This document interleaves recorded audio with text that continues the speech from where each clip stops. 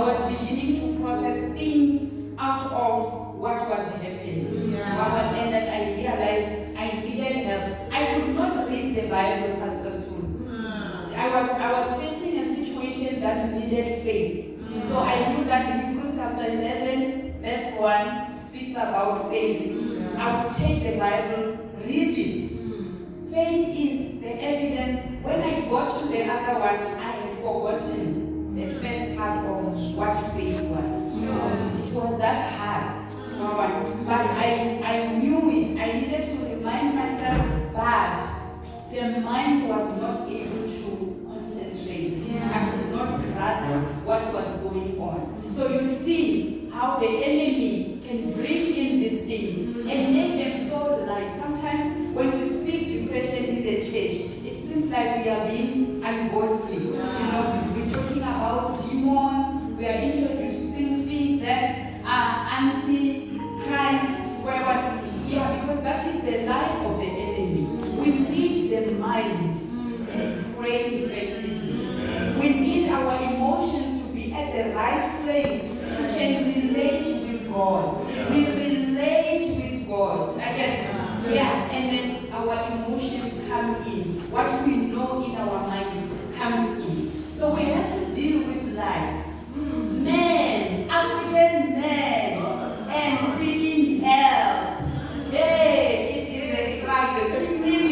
Please share with us what is going on there. And please help us save the young generation. What are the main issues? We see every year stats going up. More men, celebrities, people we see are doing well, or people we think are doing well. I remember Patrick Shine. You remember him? He was an actor, and then he started something, Kulumandoda. He was helping men that used to abuse because he was once also an abuser. But then he came out, he was helping young men, old, to come out. The next thing, he committed suicide. And you ask yourself, what happened? So I think we are at a point now where we need to talk. We need to engage to save the young generation. We can't ignore those things because they are a reality. There is so much pressure in the society that is triggering these things. And they are happening right before us. Are we going to wait decade for the young ones to die at our watch? Because we have to come out. It's not a sin to be depressed. I'm not ashamed. I was not demon possessed. I experienced a challenge. I was hurt. I was at my lowest moment. I needed help from the people that are taught to deal with this so I can come back to my senses. I can't speak in front of you effectively if my mind is not working well. I want to use this. I think, I'm not, okay. Can I take this one out? Sorry, but day connect. Kat made an example here. So what happens with the mind? You see this thing? It's a circle, and then it's well designed. Our mind works like this. This is a pattern, a thought pattern. From a young age, let's take Nadia for example. We are using Nadia today. So because she's the youngest. So as young as she is, when she cries, what happens? Mommy and daddy picks her up. She's beginning to form thought patterns. To say, when I cry, there's somebody who comes and picks me up. If it happens that they don't pick her up, it happens every day, there will come a point when she stops crying. Because she knows nobody picks me up. She is young, but thought patterns are forming. So we grow up with thought patterns that are forming. That is why they say children of depressed parents are also depressed. Because when you are nurturing a child, when mother or a woman, whatever you are feeding your child, you are also contributing to their thought patterns. Then they grow up far, they start to understand themselves within the framework of depression. This child does not know. They get born again, but they think, this is life. And it is life within depression. It is life within anxiety and fear. It is life within until God brings in light. That helps to say, okay, it is not always this pattern, cutting down. Life can be, it was supposed to be smooth, something like that. So we really need kingdom. We really need to save our young generation.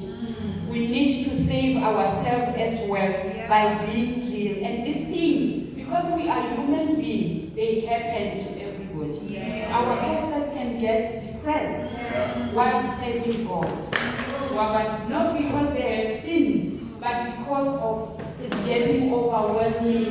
There's too much work, people are not healthy, there's no fruit, because it would be usually connected with something that you love, something you are passionate about, something that's not working well. So sometimes it would be issues of trauma you experience, something very, very painful. We have issues of rejection, where you grow up and then your mom, your dad, they don't care. They don't want anything to do with you, and then you grow up in that. We have pain, we have abandonment, we have loneliness, we have got sadness. These are emotional and mental issues that affect us as human beings.